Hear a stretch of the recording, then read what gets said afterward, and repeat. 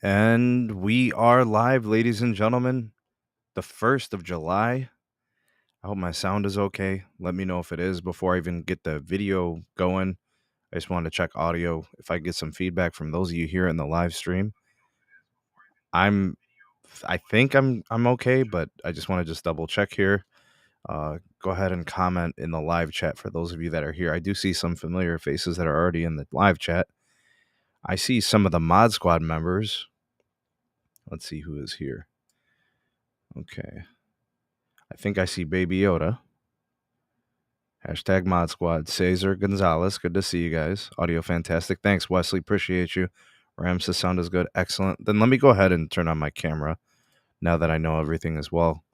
Appreciate you guys. Thank you for everything. Loud and clear. Appreciate you, Chuck.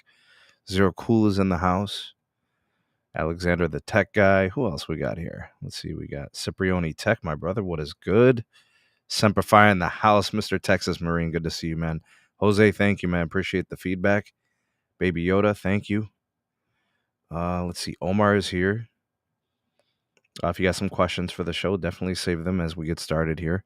Audio is tremendous. Thanks, Baby Yoda. Thank you. Hey, Mark. Good to see you. Pete Fox is in the house. Hey, Pete, friend of the show. Eric is here. Who else we got here? We got Aaron. Baja Blast is here.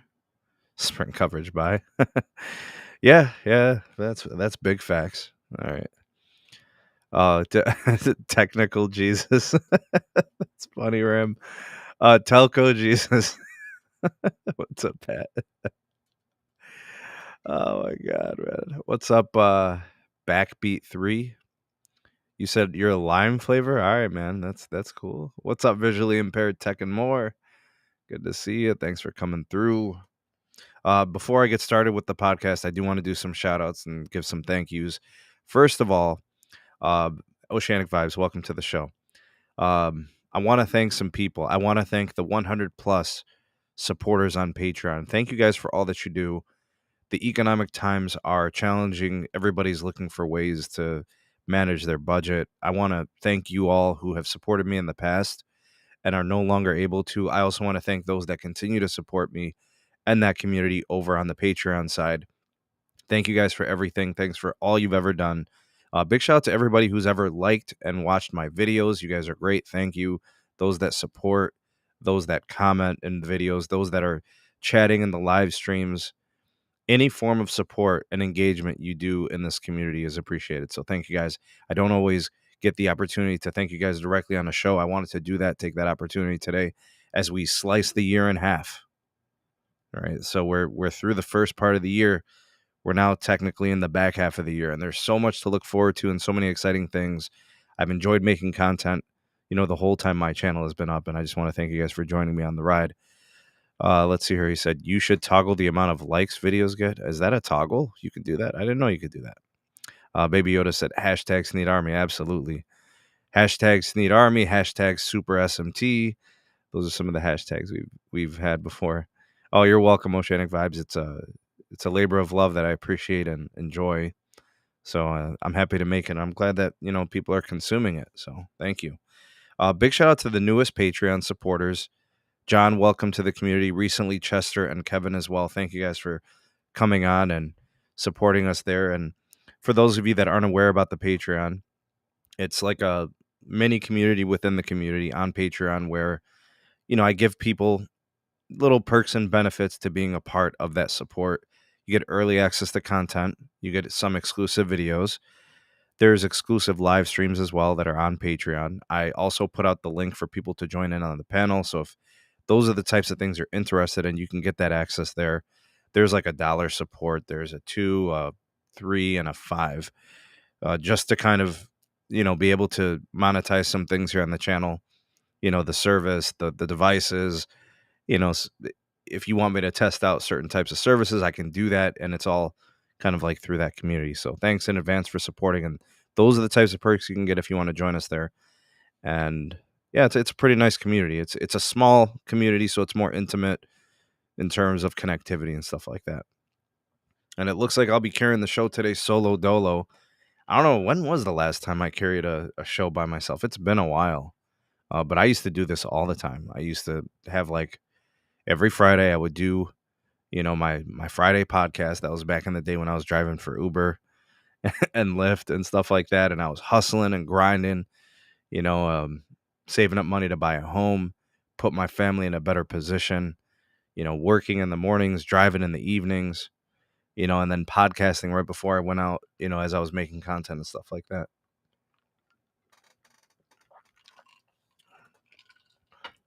So today what we're gonna do in terms of topics and content wise, what we're gonna cover, we're gonna be talking about the T-Mobile. Um, I guess we'll talk about their legacy tech shutdown. We'll also talk about the Sprint network shutdown. All right, so we're gonna be doing that. Also, the FCC has granted Starlink the ability to start letting customers utilize the service in mobiles. By mobiles, I mean like automobiles, uh, boats and stuff like that, and RVs. So that's kind of exciting. And then also, we're going to be talking about cost cutting for carriers. Everything has to do with you know, raising costs and costs going up and all those horrible things for consumers. But are there some things that the carriers could do to slim down and reduce their overhead, and then therefore they don't have to raise costs on consumers? I feel like they should be exploring some of those things, and maybe they don't have to raise the cost so much. Welcome to the show, Jason. Good evening to you, sir. All right, let's see what we got here. And let's see. I'm gonna get this primed up. I put the links for the today's show in the show notes, but for whatever reason, and I'm not sure why it is, it doesn't allow us access those links until the show ends. So what I'm gonna do is before the start of each particular item we're gonna focus on, I'm gonna put the link in the live chat for you guys to click on and open. And then it'll be there for the replay crew, hashtag replay crew, and hashtag 2 live crew for you guys that are here in the live. And let's get those likes up. We got 72 here live and watching. So welcome all to the show. And we can go ahead and get this thing started with the first article. And this one is actually kind of a follow-up to yesterday's video as we discussed the T-Mobile Sprint network shutdown. And I know, people have been talking about RIP Sprint and we'll miss you and all those things. I don't know about all that. I don't know if I really miss Sprint. I'll be honest with you guys, not to make this like a rant, but Sprint really was never that great in Ohio. They had massive dead spots. They were mostly 3G for the entire decade, like 2010 to 2020, in which they existed. It was mostly 3G. It wasn't until like 2018-19 where we actually got like grand scale LTE and voice over LTE and stuff like that. And they just were never able to compete with the likes of Verizon, even AT&T, and T-Mobile passed them by, even in coverage, which is crazy. T-Mobile, the little engine that could, the underdog, it was like T-Mobile was ascending and Sprint was descending, which made it more ironic that they were merging with each other. Hey, Steven, welcome to the show. So yeah, we'll cover that here. I didn't want to go, off on too much of a tangent. All right, but let's go ahead and get this thing going here. Okay, so this article is from Light Reading, and this is Mike Dano. I went ahead and linked it in the live chat. We'll take a look at a couple things here. It says T-Mobile has pushed ahead with plans to shutter its older wireless networks throughout yesterday and into today. If you go to T-Mobile's Network Evolution webpage, you will see that they noted that they've dismantled the 4G LTE network from Sprint June 30th, and they're going to shutter. T-Mobile actually shuttered its own 3G UMTS network today, which is July 1st. So an old legacy T-Mobile, network component. So T-Mobile 3G is gone. They already shut down Sprint's 3G, and now they're doing the Sprint 4G LTE. So by them retiring it, what's going to happen, right? What we know that they have spectrum on those sides of the network. So that spectrum is going to move to a couple of different possible places. The first place it could go is 4G LTE. LTE still exists. There are several LTE channels on the T-Mobile network. You have band 2, which is 1900 megahertz. You have band 12, right, which is 700 megahertz. Nothing's changing there.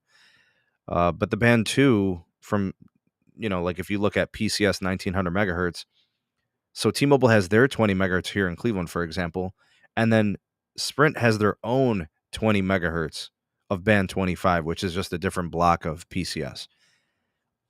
Well, now you can do some things with that, right? Like if you wanted to, you could make, for example, a 40 megahertz 5G channel N2, or would it have to be N25? I forget the engineering notes on that. It might be N25, but they could do it. Now they're probably not going to do it because they need to support LTE networks, but they could make N25 and have a 5G version of PCS. And that could be an anchor band as they start to do their standalone 5G networking. These are the types of things that T-Mobile wants to start experimenting with, and then, get that out of beta this year and kind of grand scale become this 5G network and stop the emphasis and focus on old legacy tech. I don't blame them for trying to accelerate these shutdowns. Yeah, there's going to be some, I don't know, we'll call them casualties of war, right? Casualties and consumptions of the merger, but the outcome oftentimes is much better when it comes to networking and technology. All right. So, did they eliminate a carrier? Did they eliminate a competitor? Absolutely. That is 100% fact.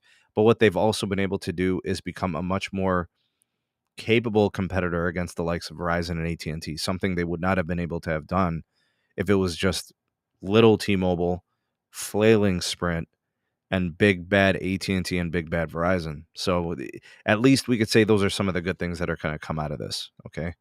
We're probably going to see a couple more legacy network technology shutdowns here in the next couple of years. Like they're going to have to eventually shut down 2G. There's a lot of IoT type of devices, point of sale stuff, that's going to, you know, obviously going to be impacted by this. But in the process, here's something that is being noted here by Mike Dano, indicating T-Mobile officials disclosed that 212,000 postpaid phones and 349,000 other gadgets, mostly IoT, were affected by the 3G CDMA shutdown early this year. And company officials have suggested that around 300,000 postpaid phones and between 700 and 900,000 IoT-style devices will be affected by network shutdown efforts this week. So the Sprint LTE piece and then also the T-Mobile 3G piece, those shutdowns are going to be pretty extensive. If you do the math on that, this is 300,000 postpaid phones and then 700 to 900,000 IoT. That puts it over an estimated million devices. All right, now how horrible is this going to be? Well, to give you guys perspective, 1 million devices impacted by this. T-Mobile has in terms of postpaid, they've got 110 million customers or 110 million subscribers. 1 million being impacted, they're probably looking at it like that's not bad. That's less than 1%. What are we talking here? 0.9%, 0.85%, whatever it is. So it's really not that much to them. AT&T has said it's going to shut down its 3G network. That's been ongoing. 400,000 postpaid phones were impacted. The operator said that it costed them about $300 million to do that shutdown. Right? So that's important. I don't know what this is going to mean for certain individuals that are impacted. Again, 1 million devices, while it's not a lot, some of those devices might be enterprise. Some of those, devices might be business. They're going to need replacements and upgrades if they haven't done so already. Some of those companies, unresponsive or slow to respond. So yeah, it's these types of transitions are never painless. There's always going to be disruptions and issues. I hope it doesn't impact anybody in a big way, but it most definitely is going to impact those people. So hopefully that, and this is something that you guys can do. If you know somebody who might be impacted by this, maybe just a shot in the dark, go ahead and share this video with them. Hit the share button, send it to them by text, put it on the socials. You guys got Twitter, you got Instagram, you got Facebook buddies, Facebook groups. Share this. You might be able to help some people so they know what's coming and they're not caught off guard by this. All right. So I just wanted to put that out there and kind of start the show with that. And now that you guys kind of are aware of it, you can let people know. You might have friends and family that could be impacted by this. All right. And just as a reminder, we do have a poll for tonight's show, and it is up if you guys would like to vote on that poll. That poll reads as follows.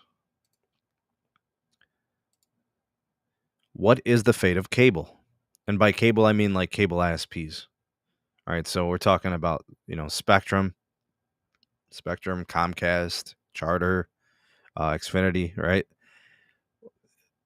And there's also some other, I know, like, say for example, Dennis talks about like Armstrong Cable, stuff like that. There's regional operators, not just like the big national players.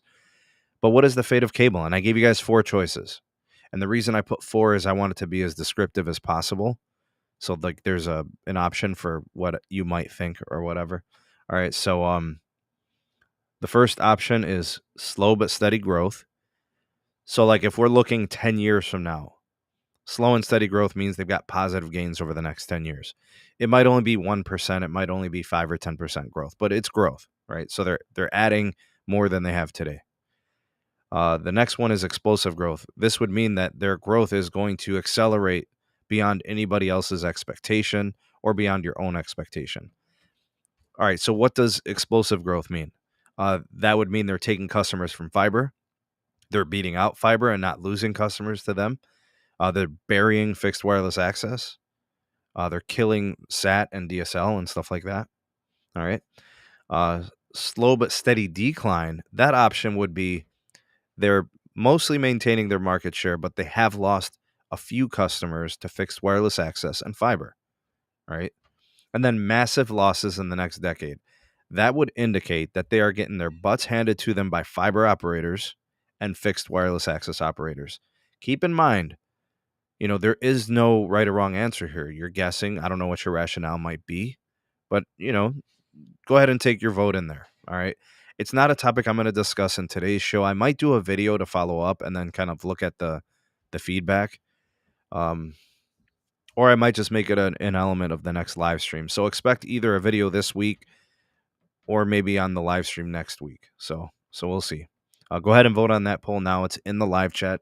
All you got to do is click in there, make your choice, and bada bing, bada boom. You got it. And one more thing. Before we move on to the next topic, please do go to the top, like right under this. Okay, so like, how you're in the live chat right now? Get out of the live chat, X out. And I want you to go to the thumbs up and click it to help out the channel. I appreciate you guys very much. If you like these live streams and you enjoy the show and the topics we discuss and all the videos I do, show me that appreciation and give this video a like. Thank you. And do share it also. We appreciate that. That helps out a lot. All right, next article here. And this one is from Fierce Wireless as well. Did I link this one? Oh, man. I may have forgot to link this. Let me do that for you guys now. All right, so it is there. Just in case I forgot, it's there in the live sheet, the live chat. And we'll get the share screen going. Not easy to do this when you're solo dolo, tell you. All right, should be on the screen now. Got to wet the whistle. All right, here we go. This is from Fierce Wireless. The author is Monica Alvin. I like her articles. This is dated today at the time of this recording and broadcast, July 1st, 2022. The FCC gives Starlink the green light, moving cars, and then denies Dish request. All right, let's see what this is about, actually. All right, on Thursday, the FCC granted SpaceX request to use the 12 gigahertz band for Earth stations in motion, aka eSIMs. All right, in telco and wireless like networks, we think eSIMs as embedded SIMs, like the eSIM on the iPhone, right? Where you like basically have like this digital, IMEI, and you can activate a line of service on an eSIM, embedded SIM card. This eSIM is something a little bit different, and this is in regards to like satellite orbiting technology.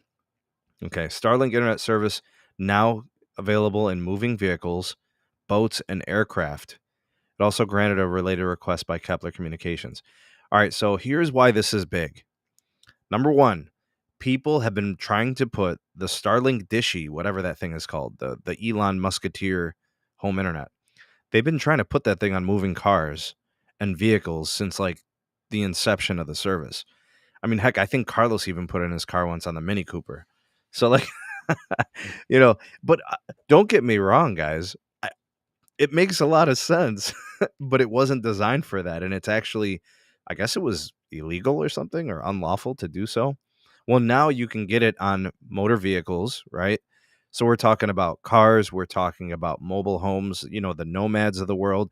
I would venture, I haven't watched their video yet, but I would assume that the what is the name of that channel? I already forgot. Like the mobile and RV channel.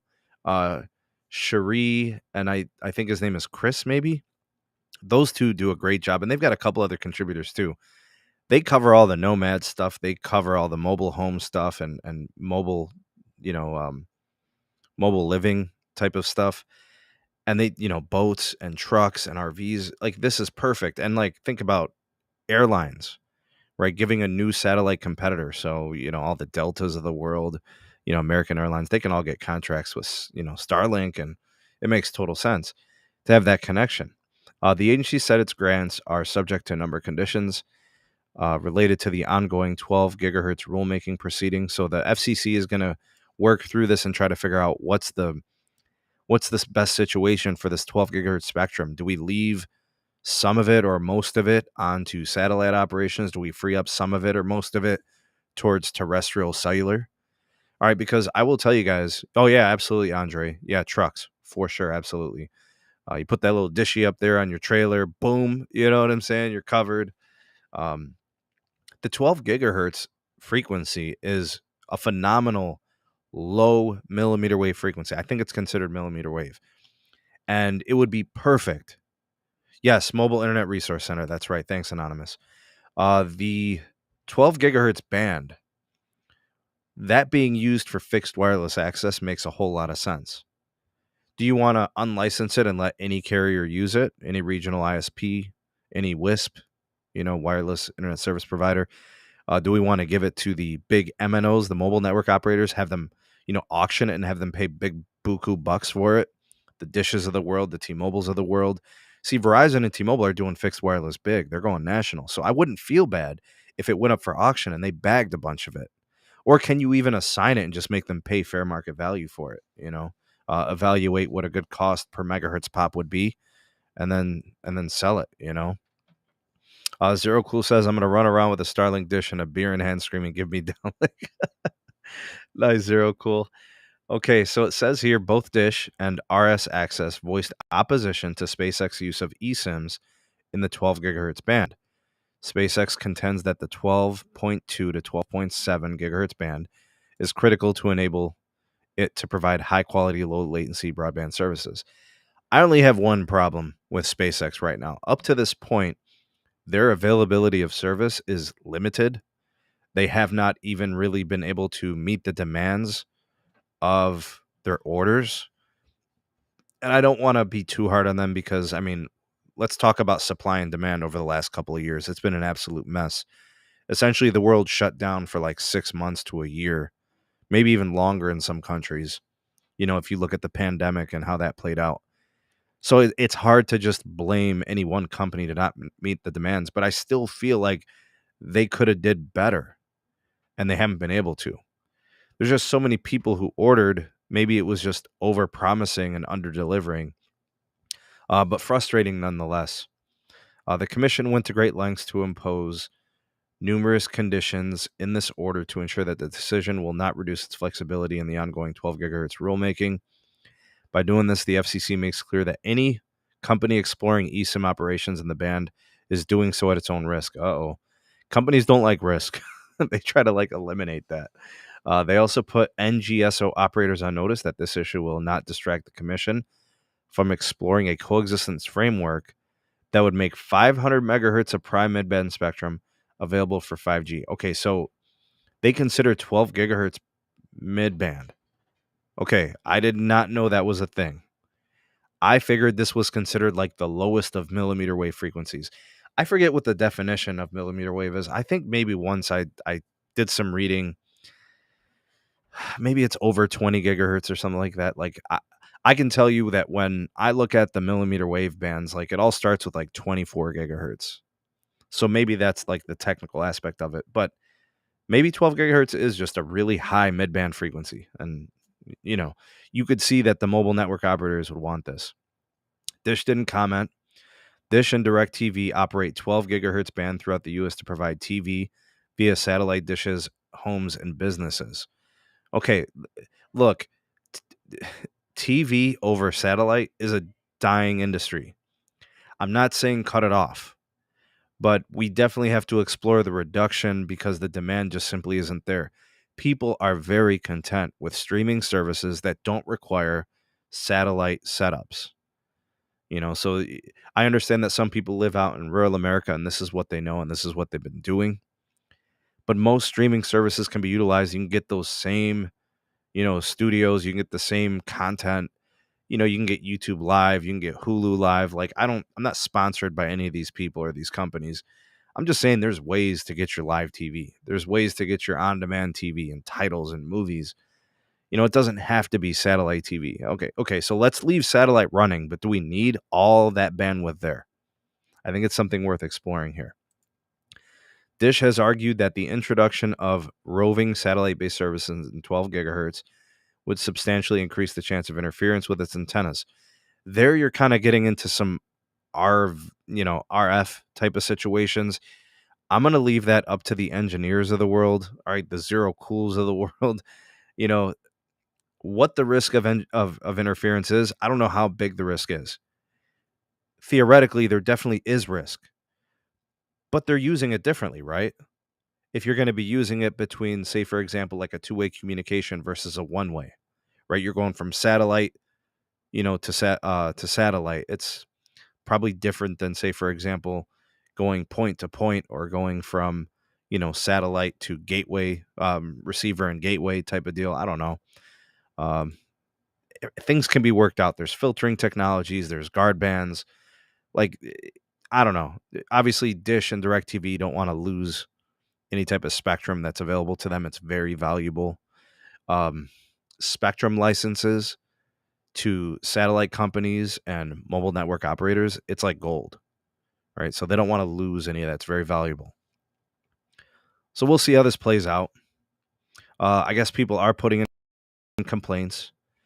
I think SpaceX, Starlink, has been pushing their customers and potential customers to petition on their behalf and to fight the powers that be, Dish and DirecTV. 3,000 users have submitted their complaints with the FCC as of Thursday. I don't know, man. I really don't. I don't know who's going to win out of this. If I had to make a prediction, I think it plays out some kind of fair split. Regardless, the incumbents are going to say they deserve more. The new kids on the block are going to say they deserve more. They'll fight tooth and nail for that spectrum. And I don't really know what's going to happen. I don't know. What do you guys think? I'll kind of look in the live chat and see what you guys say. Of that available bandwidth, who do you think is going to make out with the most of it? Who do you want to see get most of it? I feel like Starlink has the momentum. They're in the good graces of public perception. People look at Starlink as this opportunity to get a new, innovative, fresh approach to home internet. It's a little expensive. They probably have priced some people out. I think they're charging like 110 or 115 bucks. That's up from $99 a year ago. I believe the dish, the actual like gear, the satellite dish, the receiver, those types of things. I believe when that first launched, it was like $1,000. And then as recently as last year, I think the price came down to like 500. I still think they got to get it down a little bit. I think they got to get those hardware elements. I think they got to get those down to like $200-300. If they're able to do that, it's a much more affordable proposition. People can get in the service for cheaper, and then you selling it for $110 or $115 because of inflation or costs going up or whatever, it's a little bit easier to swallow as a consumer if you don't have to pay $500 or more for the gear. I don't know. I think at some point, Starlink would be wise to not even charge for the gear, but you got to bring the cost, that bill of materials way down. The last I checked, I think the bill of materials for when they were charging like $500 for it, I think the bill of materials was like $1,100 or $1,200. So even if they were able to cut that in half, the bill of materials is still around $500-$600. Are you willing to not charge the consumer for it? I mean, that's $500-$600 you're out. So how long does a customer have to have service before you make that money back? They got to have service for at least 6 months, right? 5 or 6 months. Then from there, you're good. And you like to hope that you can keep your customers long term and you can recoup and get the ROI on that investment. All right. This next article is an interesting one. This involves cost cutting. And we know that the carriers are raising prices, most of them. Okay. Oh, thanks, Viv. I appreciate it. I don't know. I you know what I got to do? I probably got to get on a diet. I probably got to start watching my calorie intake, honestly. I haven't been doing that too much. Usually in the summer, I eat a ton of fruits. So I could probably cut down my calories. I probably don't need all that sugar from the fruits, but it's delicious, and it's the summer, so it's fresh. I don't want to try to eat all the imported fruits when we got all the local stuff that's grown here stateside. So, yeah. What's up, Todd? Maybe I just got to count my calories better. All right, where is this link to this article? Here we go. Okay, I think I posted it in the live chat. It is there for you guys. Let me go ahead and get my share screen ready. You know what would be really cool? If I had a minion who could do all this stuff for me. That would be pretty sweet. Oh, man, here we go. All right, this one is from Fierce Wireless, and this one is about cost-cutting ideas for wireless carriers. Who would have thought there would be an article explaining to carriers how they can reduce their cost of operations, and then that could help prevent them from having to raise prices? The number one strategy for wireless carriers when the going gets tough, when the economy gets squeezed, when there's inflationary environments, when there's, costs of living are increasing and they have to pay more wages, people need to make more money per hour. Maybe their leases on the retail space is getting more expensive. The first thing they want to do, boom, they want to raise prices. Hit you with higher fees, hit you with added fees, changing rate plans, the legacy, plans and stuff like that. Absolutely horrible. We hate it. Well, how about they try some of these things? This is from Linda Hardesty, fiercewireless.com. All right, so AT&T and Verizon have raised prices. T-Mobile has not technically raised prices. I think a couple of their fees have gone up in the last several months, but all right, AT&T specifically, single line legacy plans went up by $6. Their multi-line of those plans went up to $12. Verizon increased an admin fee, called it like an economic recovery fee. I think it went from like $1.35 to like $3.40 or something like that. And then they did another price increase, and AT&T is probably going to do another one. They've already kind of explained that. I don't know. It's probably not changing. But here are some ideas that AT&T and Verizon could explore to maybe reduce their overhead and their costs. Okay. T-Mobile, Verizon, and AT&T have all spent over $180 million in advertising in the first half of 2022. So what's going to happen the rest of the year? They're not going to stop spending money. They're going to continue to advertise. They've already budgeted probably as much or maybe more. So if they've each spent over $180 million, so let's call it $200 million times 3 is $600 million. That's only in the first half. Well, there's one more half to go. Okay, so one more half means you're going to double this for the year. We have over $1 billion spent in advertising and marketing revenue. Well, how about we reduce that? How about you cut how many stupid commercials you're showing that don't even really accomplish anything? All right, so who spent the most? T-Mobile spent the most in 2021. They spent $260 million. All right. So far this year, they have already spent $222 million. If T-Mobile spends the same amount in the second half that they spent in the first half or more, they might be spending $500 million. And with their positive momentum, I would not doubt that they probably kick it up a notch. Remember, they're going to have to compete with Verizon and AT&T during the iPhone launch in the fall. And then, of course, you have the Christmas season. Guys, I think the T-Mobile spending for marketing and advertisement is going to exceed $500 million. I think it's going to easily get to like $600 million. That's one carrier, right? Let's look at Verizon. Last year, $211 million, right?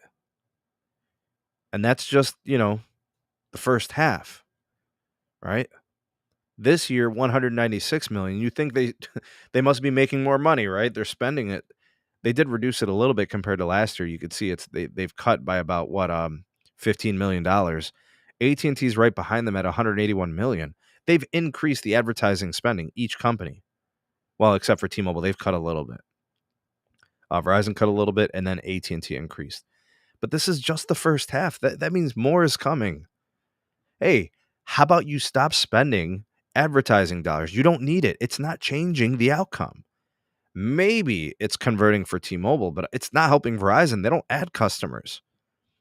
AT&T is growing, and I don't really see their advertising being beneficial. They got some of Lily going on. You guys know Lily from the AT&T commercials. Matt Stafford, trading in your Galaxy and all that. Is it really all that effective? I mean, they were all up in the college tournament, the big tournament, the bracket, right? So they did some of that. Verizon's it's not doing anything for them. They're flailing. I could only make the argument that it might be helping T-Mobile. That's all I could really say. I don't know, maybe cut some of that. Sheesh. Maybe lay off for a month. Marketing blitz. All right, next one up. Next cost cutting for the carriers. All right, AT&T dropped HBO Max. I believe only 60% of customers were utilizing it, so it really wasn't really that big of a deal to a majority of customers. All right, 60% using it. Well, it's gone. They're not offering it anymore. So unless you have it on legacy, like grandfathered, you can't sign up for it now and get it. Verizon still has the Disney bundle included in their premium plans. T-Mobile still has the Netflix on us, right? I don't know. I've speculated that Verizon would get rid of the Disney bundle at some point within the next year. We'll see if that ends up panning out. I believe that T-Mobile would probably be the last holdout if Verizon was to get rid of the Disney bundle. T-Mobile would, still offer Netflix or a similar service up to that point. But I think eventually they'd probably get rid of it too, to reduce costs. You guys know that after the merger conditions are done in a year, who knows what they're going to do? All right, here's another cost-cutting savings. Slow or cut the CapEx. For those of you that know what the CapEx is, you know that this is the big expenditure. CapEx for Verizon for this year, I think, is guiding $18.5 billion. The C-band build is separate. The C-band build by itself is $10 billion. I don't know how much of that is going to be spent this year. I would estimate probably about $5 billion, $4 or $5 billion just in this year. I think last year they spent upwards of almost $2 billion. So that would leave about $4 billion for next year. So maybe that's how it plays out. CapEx is huge. What do they do with CapEx? What does Verizon do with CapEx? They build fiber, native fiber. They build tower sites. They, build and maintain their tower sites. They upgrade tower sites. They install small cells. There's other expenditures too, like there's retail stuff and all that. All that stuff is part of the CapEx. Verizon's CapEx has slowly increased over time, right? So that's not going to change. What does it drop to if they cut CapEx? Do you guys think they drop at 10%? Do you guys think they drop at 15%? I don't know. We'll see. But if they were able to reduce it, maybe they don't have to raise pricing, right? How about AT&T? What can they do? Well, in cutting their CapEx, they spend a lot of money too. AT&T probably pays anywhere in CapEx, probably pays out like spends 24, 23, 22 billion. AT&T is going to start reducing their CapEx, I think, in 2024. Verizon is going to start to reduce their CapEx next year. T-Mobile is going to start reducing their CapEx next year as well. So if they can start to reduce the CapEx, that helps take, a big chunk of it and probably helps a little bit. It says T-Mobile projects it will spend over $13 billion for the year. They're probably going to be closer to like 10 or 11 billion next year. I think Verizon's probably going to start cutting down 1 or 2 billion a year, and I think AT&T is going to start cutting down a couple billion as well. And they've done all the heavy lifting for 5G upgrades. Okay, headcount reductions, we're talking about laying people off, right? Redundancies within the company, maybe shifting around some people, changing their positions and their duties, consolidating, letting them do more, right? So let's say you got 5 executives. Can we make it 4 and then move someone? Might have to demote them or lay them off. Might have to shift some departments around. I mean, I know AT&T is doing it. Verizon is probably going to be doing it. I know T-Mobile has been kind of shifting things since the merger. And there's other stuff too, right? There's other projects that they can reduce. There's other projects that they can cancel. These are all things that companies can do before you start frickin' raising prices on consumers. And consumers, hey, you guys don't want to pay the costs, right? Then go to T-Mobile, go to MVNO, go to prepaid. If you really are fed up with what a carrier is doing with costs, that's what you do. You get what I'm saying? That's what you do. You speak with your wallet. Dennis calls it, speaking with your fun bucks. You speak with your wallet. If you're not willing to tolerate it and you can't take it anymore, that's what you do. All right, go ahead and get your votes in just to kind of wrap this up. We will be following up with that topic. What's going to happen with big cable here in the next 5 to 10 years. Cast your votes. It's in the live chat. Go ahead and do that now before we close out the show. I want to thank everybody who came through. I'm not sure if we had any super chats tonight. Not sure. But if I missed them, I was kind of engaged in the show. If I missed them, thank you guys very much for those. Thanks for liking and sharing this video. Make sure to vote real quick before you exit out. Like and share the video. And I've got some more content up and coming. You guys are going to get some videos this weekend. You guys are going to get a Patreon live stream for those of you that are Patreon supporters. Patrons are going to live stream up and coming here. We'll probably be doing that in the next couple of days. I'm either going to do it Sunday or Tuesday. I'll let you guys know here in the next 24 to 48 hours. Big shout out to Alternate Reality. Thanks for that super chat. Glad to entertain and hope you guys enjoyed the show. Big shout out to Lena. She just popped in. Hey. And the homie Technoid and hashtag Mod Squad. You guys can put in whatever hashtags you want. Hashtag RIP Sprint. Hashtag Replay Crew. Hashtag Ravioli Gang. Hashtag 2Live Crew. Hashtag Help the Bear. Hashtag Save the Bear. And it's probably pretty good. Yeah, there's one from Zero Cool. I knew it was coming. Hashtag RIP Sprint. Thanks for that super chat, homie. What I'll do is I'll let you guys go on that note. Thank you so much for all the support, everything that you guys have done here to support the channel. You guys are the best. An amazing community. You guys are the best one on YouTube. Thanks for all that you do. We out this piece.